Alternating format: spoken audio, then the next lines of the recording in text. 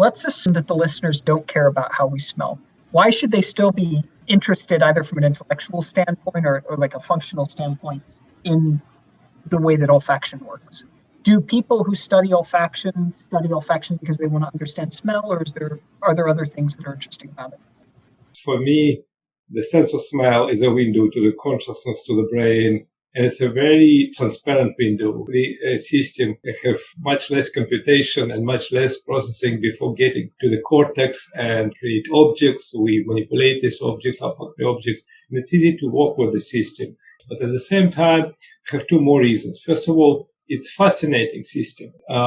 We know how color vision works.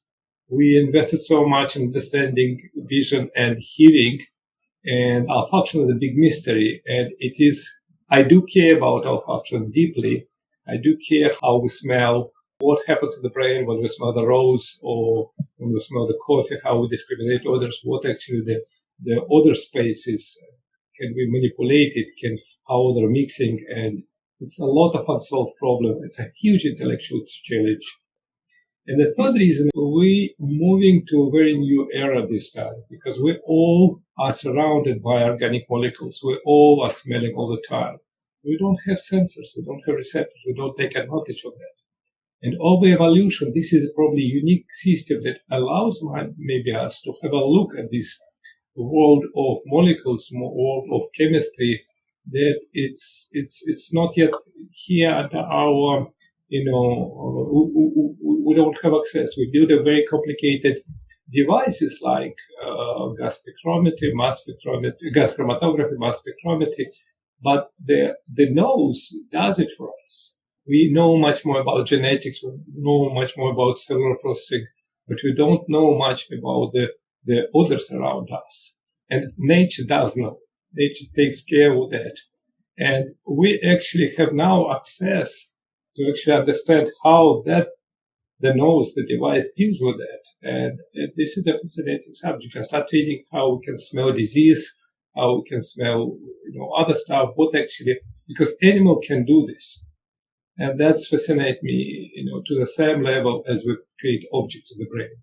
So what you're saying essentially, Dima, is that we have microphones that are significantly better than, anything we can say or hear. We have speakers that can reproduce what we say much better. We have cameras that are much better than our eyes. But, there's no chemical detectors that are anywhere near the complexity, even of our human, quite underutilized and undertrained noses, right? And if you go through more trained animals, this is completely untapped world, and I think that it's a million discoveries will be if we have a right detection tools. There's a lot of interesting problems to be solved here because this technology has never been released in the world. Nobody's ever had a real-time portable sensor out there pulling down this massive quantity of molecular data. And I think we're going to start to uncover some really interesting things about the world from that, across different industries, from pollutants in the environment and how they affect all sorts of different things. We feel it's a very meaningful endeavor and feel it's going to be a profitable endeavor too.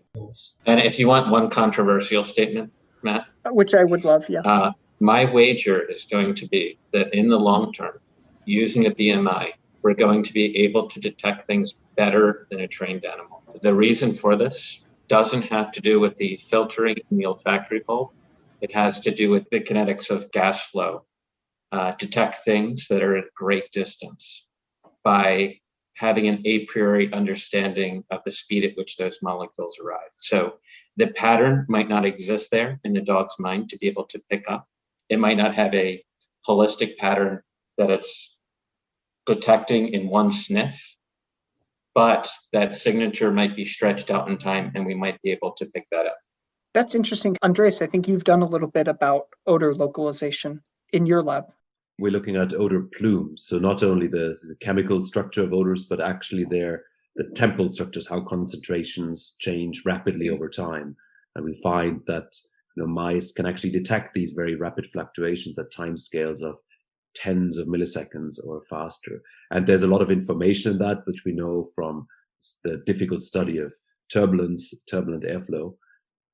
But if we then do some kind of population recordings in the olfactory bulb, be it with electrophysiological means or imaging or so, we can quite easily pick up signatures about the temporal structures of odors with very, very high precision, much more easily than training animals and performing the same kind of discrimination. Yeah. So my sense from all those combination of complex behavioral experiments and different physiological experiments and a variety of linear and nonlinear classifiers thrown at data, certainly that as soon as you start having, let's say, a tens or at least 100 recording sites, you almost inevitably are much better in decoding the specific type of olfactory stimulus than animals show in trained behavior if we train them over periods of days or weeks. So I'd be very much with you guys in saying that you can extract much more from the actual activity pattern that you will be able to record than you can train animals to report behaviorally. Yeah. Gabe, that must feel good because your bet turned out to be right within about 5 minutes of making it. Yeah. I'm glad you consider my statement to be a final judge on Gabe's bet, but I was really kind of referring to things that, and I think that definitely adds to it, but, things that are very far off in the distance. Like if you have a dog that's trying to detect the scat of a whale 2 kilometers offshore, and the identifying pattern, which represents that scat, is coming in very slowly, right? Like 2 minutes later, or 50 seconds later, right? Not something that's in a small temporal fluctuation, but something that's spread out in time. So gas chromatography, where the medium for chromatography is the air, and the distance is very long. Yeah. And you can computationally integrate over much longer time scales that animals would typically integrate. Exactly. You would expect that for normal behavior, you need to integrate over maybe a few seconds, but not tens of seconds a minute. I would say that the challenge here, to my opinion, I think that you can train an animal specifically to detect one specific feature of the signal. And if the task will be to integrate or just opposite, to take a very brief plume, you can train an animal. The advantage of having brain-machine interface that we don't need to train. We can collect all information and then post factum extract whatever we want, whenever we want, and as much as physical limits allows.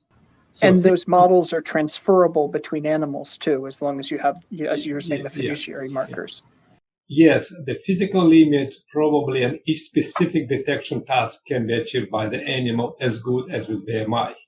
But flexibility between the tasks and flexibility between the targets is what is very hard to achieve with behavior and get multidimensional report. One very, very interesting aspect of the digitized sense world is that once you have it digitized, you have the ability to go back in time and parse that data for signatures which you didn't currently have at the time of recording the data. So if you're looking for when did a new virus cross through this airport and you're looking for the fingerprint of that virus, you can go back, parse the data, and see if there's any recording of that virus and when it happened and where it happened.